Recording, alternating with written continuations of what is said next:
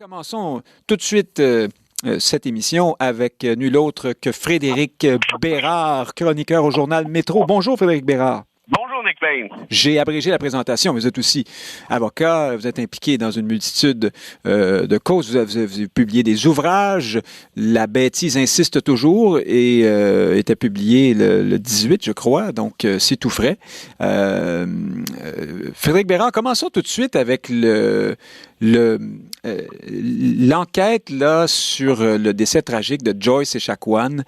Ce qu'on apprend ce matin dans les médias, ça y était hier aussi, c'est que certains critiquent la coroner et se demandent si elle n'outrepasse pas un peu son devoir de réserve. Alors on parle ici de la coroner Jeanne Kamel, là, qui pendant les audiences publiques de cette enquête, effectivement a manifesté souvent une forme d'exaspération, d'impatience. Elle a semoncé certains témoins, notamment lorsqu'il était question, lorsqu'elle leur demandait, par exemple, s'ils avaient été témoins de propos racistes à l'endroit des Atikamekw à l'hôpital de Joliette, ce à quoi les témoins ont répondu non. Et là, à ce moment-là, elle disait, « Ben, je vous crois pas. Ça se peut pas, cette affaire-là. » Bon, vous voyez un peu. Est-ce que vous êtes d'accord, vous aussi, avec l'idée qu'un coroner, dans une situation comme celle-là, doit montrer une sorte de neutralité et même d'empathie pour aller chercher tout ce qu'il y a moyen d'aller chercher chez les témoins? Et il fait ses commentaires après dans son rapport, en quelque sorte. Ouais, ben, c'est un peu délicat, hein, parce qu'un coroner, c'est pas comme, par exemple, un juge d'un tribunal quasi judiciaire ou encore moins un juge d'un tribunal judiciaire.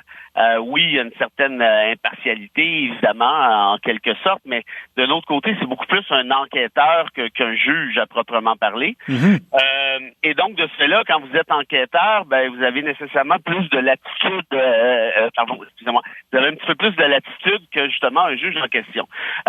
Moi, dans ce cas-ci, quand les gens ont dit ben non, on n'est pas raciste, ben non, c'était pas raciste, ben non, il n'y a pas de racisme. Moi, c'est quand même très rare que j'entends des gens dire ben oui, j'ai été raciste, je m'excuse.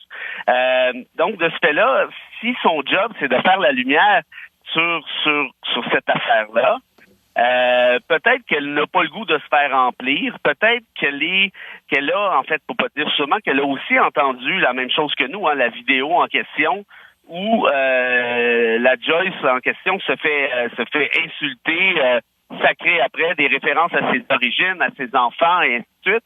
Rendu là, quand même que la personne dit non, je voulais pas être raciste, c'était pas dans ce sens-là que je disais ça. C'est ça. Mais la coroner, justement, en parle de cette vidéo, mais dans ses interventions pendant les audiences. Mais justement, est-ce qu'on veut pas savoir le contexte, en fait, s'il y en a un, hein, parce que peut-être que effectivement tout se résume à ce qu'on a vu dans la vidéo, mais c'est pas certain non plus. Est-ce qu'il n'y a pas un risque que, du moins dans l'œil et dans les oreilles du public, ces audiences se transforment en une espèce de procès écrit d'avance où il s'agit de trouver les méchants blancs racistes et puis on ferme les livres? Est-ce qu'on n'échapperait pas une partie du problème? Et en vous disant ça, Frédéric Bérard, je pense à une des témoins qui, elle, a été plus volubile et elle a dit, nous avons effectivement un problème à Joliette et les deux communautés ont peur l'une de l'autre. Il y a un grand malentendu, il y a la barrière de la langue aussi. Alors, vous voyez, déjà, c'était plus... on admettait ici là, une forme d'incompréhension ou de mauvais comportement à l'endroit des Autochtones, mais c'était pas binaire. Oui, nous sommes tous racistes et les Atikamekw sont tous gentils. Pensez-vous que c'est... est-ce qu'on est dans le déni, là? Ou Non, mais attendez, là, je pense pas que l'idée de cette enquête-là, c'est de dire, ben les Blancs à l'hôpital de Joliette sont racistes et les Atikamekw sont du bon monde. Je pense pas que c'est ça le mandat de la coroner. Et à votre questionnement, je vais répondre par une question. Est-ce que, selon vous, Nick Payne, il peut exister un contexte qui justifie le racisme qui cause la mort? Ah non, assurément pas. Mais il peut exister un contexte à l'histoire précise de Joyce Echaquan sans que, pour autant, ce contexte ne justifie ce qui est arrivé en bout de ligne, bien entendu. J'espère que vous me comprenez là-dessus, mais... oui, non, mais vous comprenez bien que je vous accuse de rien. C'est plutôt la question... Non, la question se pose. Je prends pas ça personnel. Est-ce qu'il peut y avoir un contexte au racisme? Oui, il y a des millions de contextes au racisme, des contextes sociologiques, des contextes historiques. Reste que le racisme, ça demeure du racisme. Et là, ça devient un peu facile de trouver des excuses, de trouver des justifications, surtout quand on est assez bien au courant de la chose suivante, parce qu'on a tous vu la même chose.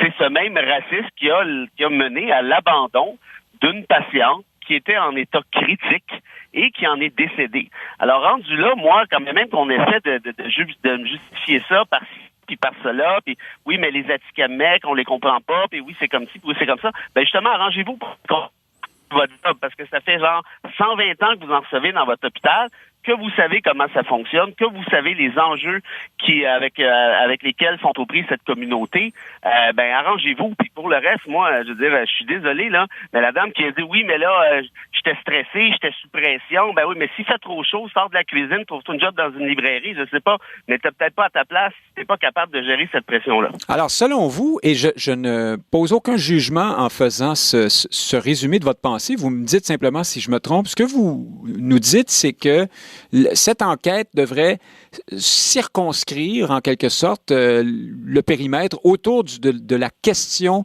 du racisme et du comportement du personnel à l'endroit de la clientèle Atikamekw, en l'occurrence ici, et non pas aller chercher à savoir de façon plus large quels sont les ressorts qui mènent à cette situation complexe.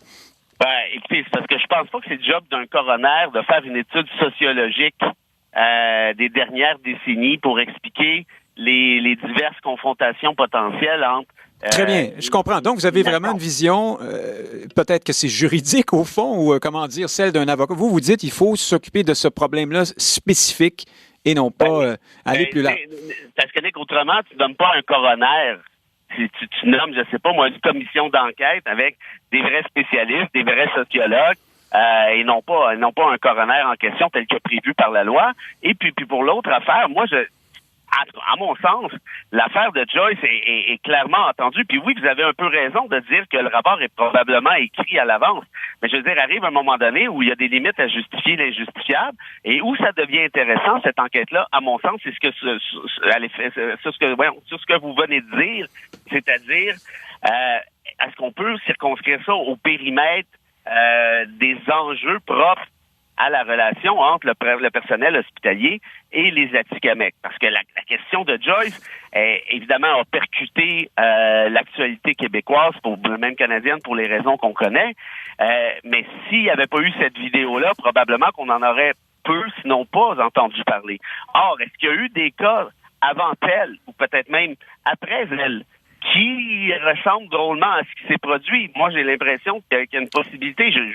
Probablement, hein, on peut le présumer, peut-être pas qu'ils ont connu la même tournure tragique, mais il est très possible, en effet. On avait entendu parler de cette madame dont nom de famille est Ottawa, j'oublie son... Jocelyne, je crois, qui avait elle aussi... Oui. Alors, vous dites, réglons ou occupons-nous de la question pure et simple et immédiate, j'allais dire, de la relation entre le personnel de l'hôpital et les Atikamekw d'abord, puis on regardera le reste dans un autre contexte ou d'une autre façon. C'est ça que vous nous dites. Ben moi, oui, je vous dis ça, puis peut-être que cet autre contexte-là, ça pourrait être quoi? Ça pourrait être une commission d'enquête sur les relations avec les Autochtones de manière beaucoup plus large, donc qui pourrait outrepasser la question purement Atikamekw, qui pourrait outrepasser aussi la question des services de santé, avec de vrais spécialistes, avec des gens de sciences sociales, notamment. Et puis pour le reste, pour venir à un élément particulier, moi, ce que j'aime pas là-dedans, c'est cette espèce de... Comment je dirais? On essaie de voir si on pouvait pas trouver justement une excuse, un contexte ou un ça. À mon avis, c'est pas la place. Et deuxièmement, l'idée derrière ça, c'est beaucoup trop facile de crier au meurtre en disant, bon, c'est ça, ils veulent dire encore que tous les Blancs sont méchants, racistes, et ainsi de suite. Ben non, c'est pas ça que ça dit. Par contre, est-ce qu'il est possible qu'il y ait du racisme systémique dans les hôpitaux face aux Autochtones, notamment les Atikamekw? La réponse, ça me semble assez claire si vous regardez le rapport Vient, qui a déjà été fourni. Donc, est-ce qu'on fait une autre commission peut-être un peu plus large, moins large, je ne sais pas. Mais pour le reste, moi, je sais très bien que l'Assemblée nationale, cet automne, a refusé une motion qui avait été soumise par les amis de Joyce et qui demandait, à mon sens, l'évidence, c'est-à-dire, est-ce que les Autochtones pourraient recevoir les mêmes soins de santé que les autres Québécois? Et à cette réponse-là, le gouvernement Legault a répondu non. je bloque la motion parce que ça serait reconnaître le racisme systémique. Or, les amis de Joyce sont maintenant devant le Comité des droits de l'homme de l'ONU avec cette preuve ultime de racisme systémique, allô l'ironie, de regarder, l'Assemblée nationale du Québec nous refuse les mêmes soins de santé que les autres Québécois. On a l'air oui, enfin, oui, mais soyons... la réponse de l'ONU. On va se faire battre, on va avoir l'air d'une gang de ticounes, et là, après ça, on va dire, c'est ça, l'ONU qui nous traite de racisme. Oui, mais si vous voulez qu'on arrête de nous traiter de racisme, il faudrait peut-être arrêter d'agir en tata. Oui, mais soyons beaux joueurs et justes envers le gouvernement. Vous savez, comme moi, Frédéric Bérard, que quand un parti, quel qu'il soit d'ailleurs à l'Assemblée nationale, refuse d'appuyer une motion, c'est loin d'être toujours parce qu'il n'est pas d'accord avec l'essentiel de la motion. C'est pour toutes sortes de raisons. Dans ce cas-ci, vous l'avez bien dit vous-même, parce qu'on ne veut pas accéder à la notion de racisme systémique. Mais je vais vous dire pourquoi je vous posais la question de départ. La question que je vous pose plus largement, au fond, c'est est-ce que les séances d'auto-flagellation à la Trudeau, cette façon qu'on a à travers la façon très canadienne d'aborder le problème des relations avec les Autochtones, s'auto-flageller, dire nous sommes racistes, merci, bonsoir. Est-ce que vraiment on règle est-ce on peut régler le problème? Est-ce qu'on avance? Est-ce qu'on avance dans notre compréhension des choses à travers est-ce que c'est pas un peu simple, au fond? Regardez, moi, là, quand je vais chez le médecin, là, habituellement, avant qu'il me prescrive un médicament, il me diagnostique un truc. S'il est incapable de me diagnostiquer un truc puis de me dire c'est quoi, il y a des bonnes chances que je prenne pas de médicaments parce qu'il m'en prescrira pas, pour des raisons évidentes. Or, ça me semble être pas mal la même affaire. Vous refusez le diagnostic, vous refusez les mots, tout simplement les mots du diagnostic. Alors, après ça, me dire, non, on va te donner un remède, là, comme on nous dit, là, avec la commission Manche de Pelle. Ah, voici le remède. Puis, c'est ça, Jean-François Lisée faisait la même chose aux 5 minutes. Il était contre le racisme systémique, puis il déposait 15 solutions pour lutter contre le racisme. Or, ces 15 solutions, c'était pour lutter contre le racisme systémique. Ça s'appelle jouer au fou. Et pour revenir à Trudeau, et là, je vais être d'accord avec vous en partie. Moi, à mon avis, le docteur Trudeau a fait la première et a franchi la première étape. C'est le diagnostic. Oui, il y a du racisme systémique. Oui, mais vraiment? Parce que on ne parle jamais de la loi fédérale sur les Indiens. Attendez, c'est ça que j'essaie de dire. C'est que le docteur Trudeau va dire, voici le diagnostic, racisme systémique, mais quand vient le temps des remèdes, alors là, il fait dans ses culottes. Par exemple, il y a 40 réserves autochtones au Canada qui n'ont pas d'eau potable au moment où on se parle, et son ministre responsable, qui dit ça, c'est un beau fafouin, ça, Mark Miller, qui a dit, non, inquiétez-vous pas, on va aller vous emporter, là, on va mettre des galons et tout ça. Je dis, oui, ça c'est vraiment, là, sérieusement, là. Avec Maxime Bernier et un Joe Louis avec ça, oui. Tant qu'à ça, en tout cas, bref. Et l'autre affaire, non, mais lui, sérieusement, là, il m'horripile au plus haut point. Et l'autre truc, la loi sur les Indiens, c'est une loi profondément raciste, à fond la caisse depuis toujours. Tout le monde le sait. Or, on touche pas à ça, on fait comme si c'était pas là. Donc, là-dessus, moi, je vais être d'accord avec vous, à mi-chemin, en tout cas. Alors, donc, on ne fait que ça. Donc, on ne sait que pencher sur le symptôme, au fond, plutôt que sur la cause. C'est un peu ça le problème aussi. Même pas, parce que même le symptôme, on fait rien. Au contraire, oui, mais ça, c'est autre chose. Mais au moins, on le reconnaît. Enfin, on dit, bon, voilà, nous sommes racistes. Pour moi, c'est la première étape, mais est-ce qu'on pourrait se rendre à la deuxième? Tu sais, commencer par 1, finir par 2. Il me semble que c'est pas du génie nucléaire, là. Oui, il y a du racisme systémique. Voici les solutions au racisme systémique. Merci, bonsoir, tout le monde, rentrez chez vous, puis arrêtez de nous achaler avec ça, c'est pas plus compliqué. Alors, j'ai parlé des coups de semonce de la coroner à l'endroit des témoins qui disaient ne pas avoir remarqué de propos racistes à l'hôpital. Il n'y a pas eu que ça aux audiences, notamment cette préposée aux bénéficiaires qui elle, et alors, c'était rapporté cette semaine par Radio-Canada avec un propos, ma foi, vaguement orienté. Radio-Canada disait une témoin accepte de reconnaître le racisme, etc., etc. Vous voyez, alors on présuppose, les conclusions du rapport sont écrites, en tout cas d'après Radio-Canada, là-dessus, à mon point de vue. Et là, ce qu'elle disait, cette préposée aux bénéficiaires, c'est que il y a effectivement et alors ce sont toujours les mots de Radio-Canada, des préjugés. Et les préjugés seraient les suivants. Les Autochtones ont des problèmes de toxicomanie. Ils arrivent intoxiqués. Ils essaient de profiter toujours du système. Mais Frédéric Bérard, en classant ça de rechef, au rang de purs préjugés, là, comme si c'était des inventions. Est-ce que justement on ne passe pas à côté d'un problème plus profond?